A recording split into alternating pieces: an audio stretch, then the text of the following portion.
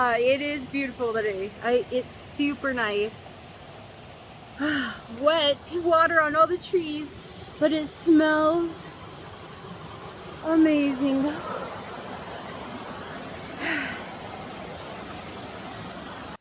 Hi, thanks for joining me.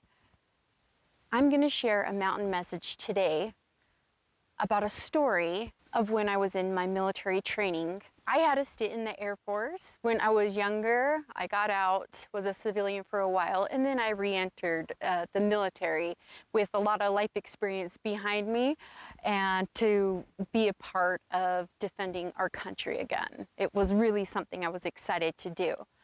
But part of that meant that I had to go to a really tough training in Texas where they teach us how to live in the field, similar to, well, not really similar to this, but how to live without the niceties, how to live in the field. So I'm slated to go to this course, and it's very physically tough, and we do lots of ruck marches with a heavy pack, and we learn about our weapon systems, and we learn about a lot of different things that are going to keep us alive in case we have to defend our country. So the end of this course, there's this famous ruck that we do the day before graduation, and everybody is constantly talking about this ruck march and how it's straight up a mountain and people fall out, and it's just in the Texas heat, and it's just going to be so tough. So the entire time that we're in this course, I am thinking about, oh man, this must be tough. This is going to be tough because everybody is telling me it's going to be tough. And I'm kind of buying into it. I'm kind of buying into the story.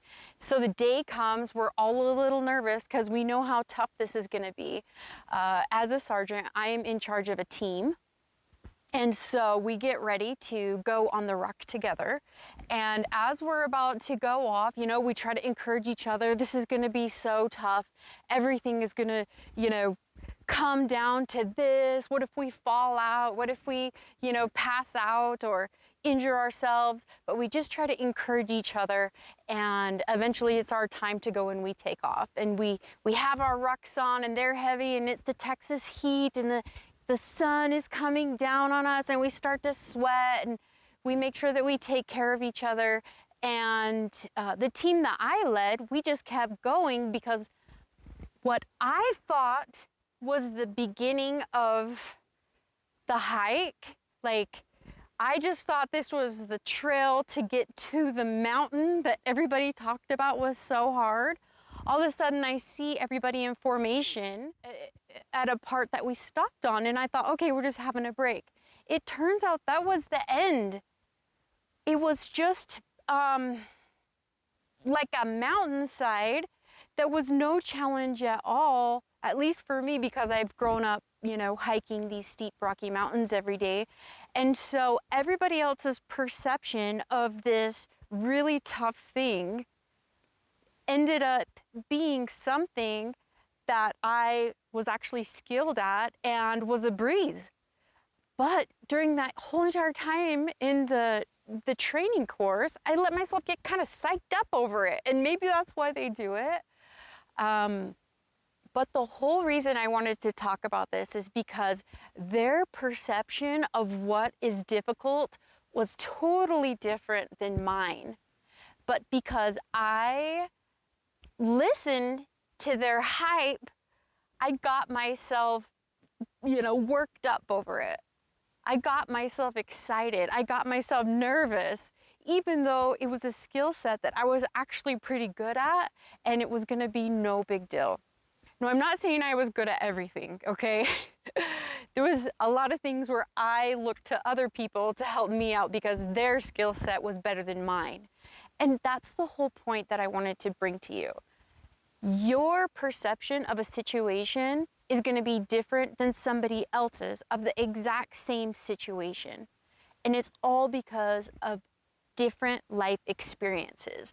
You've had different experiences, they've had different experiences, and we all use those collective experiences to come together and help each other get to the finish line.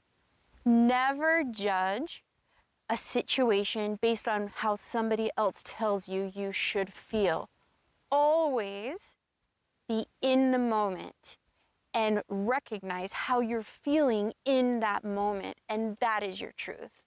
So make sure that you're not buying into the hype. If you're watching a lot of news that's putting fear in you, or you're around people who are really negative about things, our tendency is to buy into their emotion. It sucks us in. Where if we were able to take all judgment out of the equation, not project our beliefs or perceptions on somebody else, then we could all respect each other and have more of a teamwork atmosphere and look at things for their face value. And know that, you know what, you're unique. You have things that are very important that the world needs right now. What if you're the trailblazer? What if you need to do something that's different to change the perception? That could be you, because we're all unique, we're all special, we all have our own unique, special perception of different life experiences. What's hard for me might be easy for you, and vice versa, because we're all unique. And celebrate that, and never put your perception of how somebody else should be or feel onto them. Respect them for their journey and ask the same in return. So that's the message that I got today as I was hiking up. Don't always buy into the perception. You actually have skills that you need to believe in, have confidence in, and go with the flow of life. Go with the flow in the moment. See, you are divinely protected. You are divinely looked after.